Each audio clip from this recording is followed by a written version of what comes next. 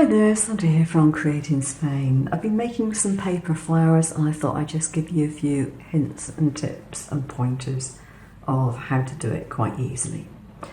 The first one is quite simple. The material that you're making them from. I use embroidery backing. Why?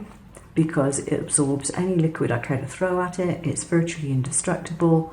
You can get it as wet as you like. You can add glitter, glue, paint, dye, whatever to it, and it'll take it all. It's very good when it comes to being stiffened. If you really want to do that, you can dilute some PVA glue, put it onto your paper and allow it to dry, and that will stiffen it, but it generally doesn't need it. And my second tip is that having a small airbrush setup like this is really good, particularly if you're doing a lot of them.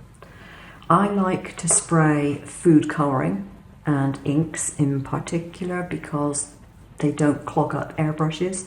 This particular airbrush, however, has quite a large needle size, and you can spray any kind of acrylic airbrush paint that you want to put through it, or you can thin down some craft paints and put those through it if you wish. But I find that food dyes and things are great, less cleanup required, and for colouring things that are going to go on cakes, for example, you want it to be something which is edible, which food dye obviously is. So my next tip is the centres. On these flowers I've put a hot glue centre and I've put black glitter over it. Not my favourite way of doing it.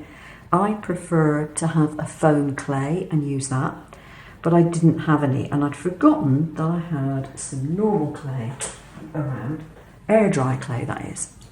So my next tip, cut your air dry clay up into chunks, put it into a jar, and then add some water. And this has been here for probably 8-9 months. It is still nice and pliable, very much usable. I've got to wipe my fingers off. And it will stay that way for a very long time. If it starts to, look a bit dry, if you check it every now and again, just add some more water. It'll keep it a lot better than it would if you put it back in the packet, even if you seal it within plastic bags. So the next thing is, do you want to paint your flowers when all the components are flat, or do you want to spray paint them or paint them when they are three-dimensional? And the obvious thing with that, if you're going to actually paint them when they're made up, you don't want to put the centres on. You want to leave the centres off until later on, paint the centres, put the centres in. That makes it far easier for you to do different things with them. Also, if you're going to be painting them with an airbrush, like this one, for example, this is a single action airbrush, and as soon as I switch this pump on, it's going to put air out. And these things are very lightweight and they will fly around all over the place, and certainly the components will fly around all over the place if you're not careful. What you can do is get a piece of acetate or card and coat it with tack it over and over, let it dry, and you can then use that to put your components on, keep them in place while you're doing things. If you want to do your colouring with your item already in 3 dimensions, I said don't put the centre on, but what you want to do is to put a brad through the centre of the flower. And when you've done that, you have a couple of options. If you have the centre of a flower, you can put it through the centre of a flower and then stick it into some clay or something on top of something that you can pick up, and then you can spray around it, you can turn it, you can hold it, and you'll find colouring it to be a lot easier. Or if you want to do it another way, and this is something I would do particularly if I was doing things for cakes, you want to make sure that everything that goes into the cake or touches the cake is food quality.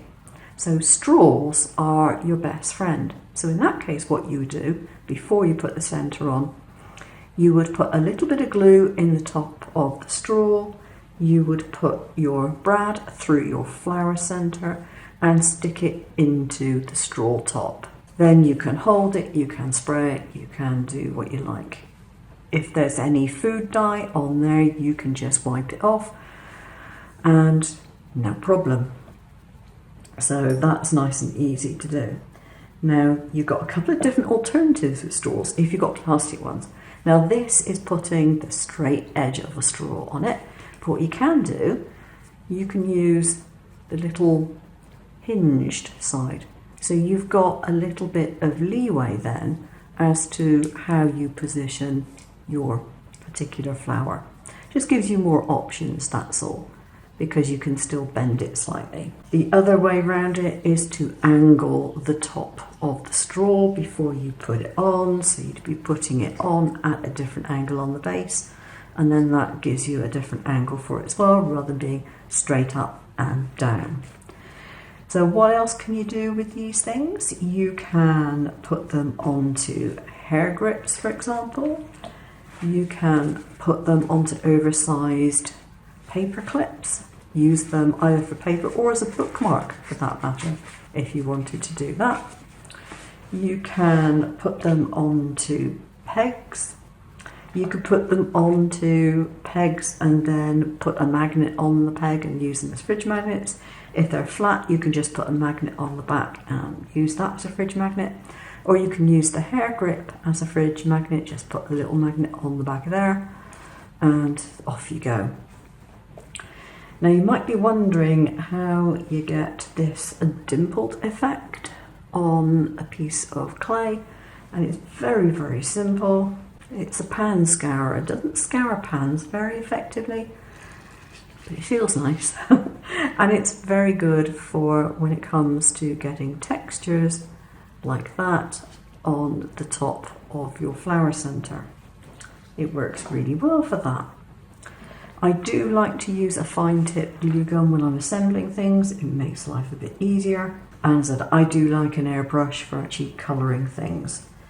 But there we go, that's my hints and tips for doing little paper flowers. Just have some fun with it. It's a great holiday project, or if you're doing something for a school fete or something of that nature, charitable things, there's all sorts of things you can do with paper flowers. Okay, that's it for today. Hope you've enjoyed that. I'll see you again soon.